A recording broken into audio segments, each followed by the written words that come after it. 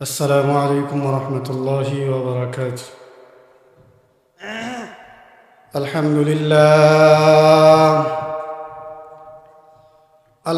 لله كفى وسلام على عباده الذين اصطفى.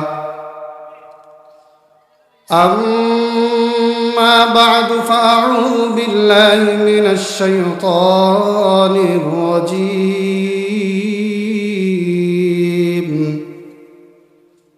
بسم الله الرحمن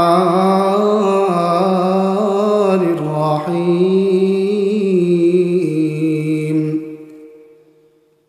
قل هل يستوي الذين يعلمون والذين لا يعلمون إنما يتذكر أولو الألباب. صدق الله العظيم. وقال الصادق المصدوق الأمين صلى الله عليه وسلم: إن الملائكة لتضع أجنحته رضا لطالب العلم. وقال عليه الصلاة والسلام: من سلك طريقا يلتمس فيه علما سهل الله له طريقا إلى الجنة، أو كما قال عليه الصلاة والسلام. اللهم صل على محمد وعلى آل محمد كما صليت على إبراهيم وعلى آل إبراهيم إنك حميد مجيد. اللهم بارك على محمد وعلى آل محمد كما باركت على إبراهيم وعلى آل إبراهيم إنك حميد مجيد. بلغ العلا بكماله كشف الدجى بجماله حسنت جميع خصاله صلوا عليه وآله. وشاه زمن فخر بشر سید والا وشاه زمن فخر بشر سید والا بہتر ہے نبیوں میں وعلم و کمالا بہتر ہے نبیوں میں وعلم و کمالا. تبلیغ رسالت میں عظیمت میں عمل میں تبلیغ رسالت میں عظیمت میں عمل میں ہے کون رسولوں میں نذیرا و مثالا ہے کون رسولوں میں نذیرا و مثالا.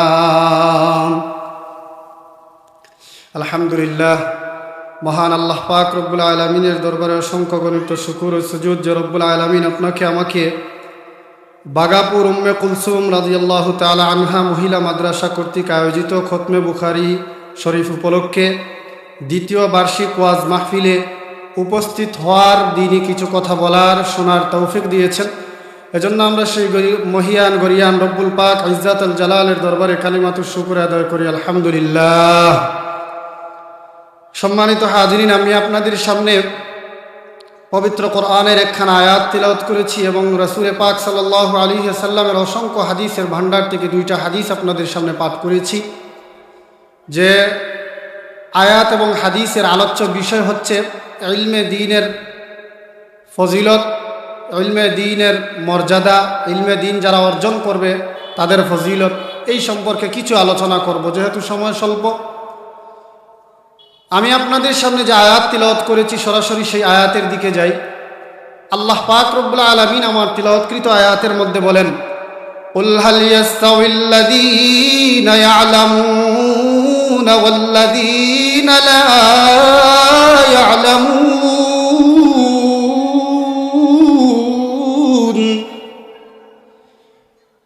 ইন্নামা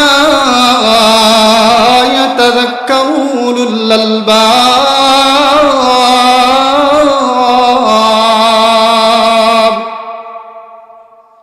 আল্লাহ পাক রব্বুল আলামিন বলেন, নবী আপনি বলুন,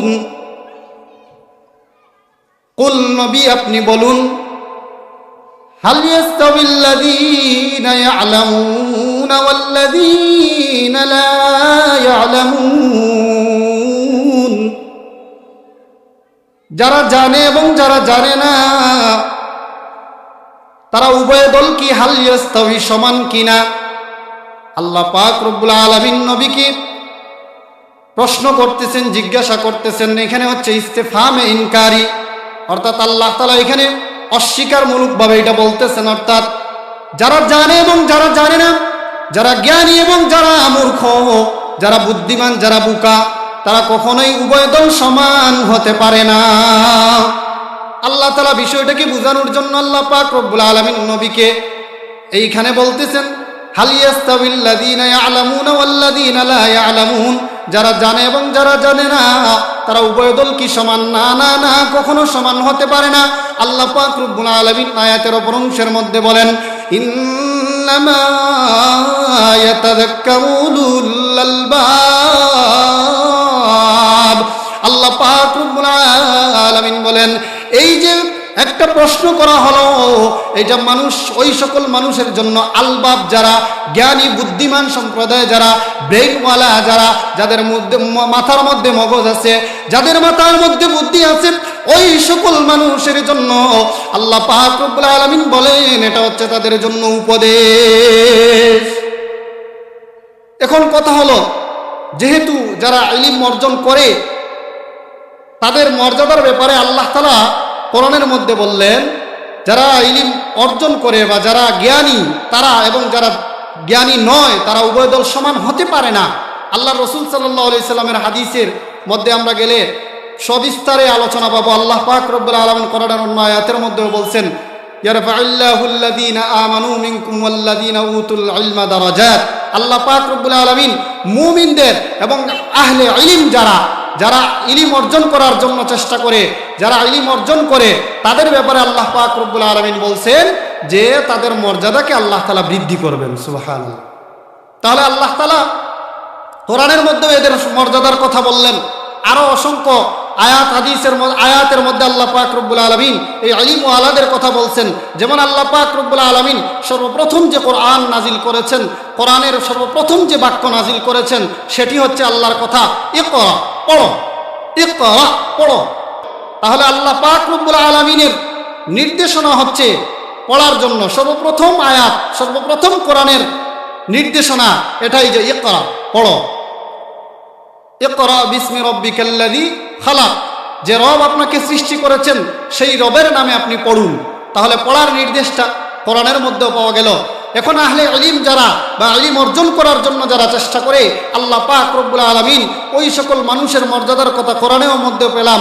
হাদিসের মধ্যে আল্লাহ রাসূল সাল্লাল্লাহু আলাইহি সাল্লাম মুসলিম শরীফের 2699 নম্বর হাদিস, লম্বা হাদিসের অংশ বিশেষ, আল্লাহ রাসূল সাল্লাল্লাহু আলাইহি সাল্লাম এই লম্বা হাদিসের মধ্যে একটা কথা, এই মাহফিলের ব্যাপারে একটা কথা আছে, এই জন্য মাহফিলের ব্যাপারে কথাটা বলতে হয়।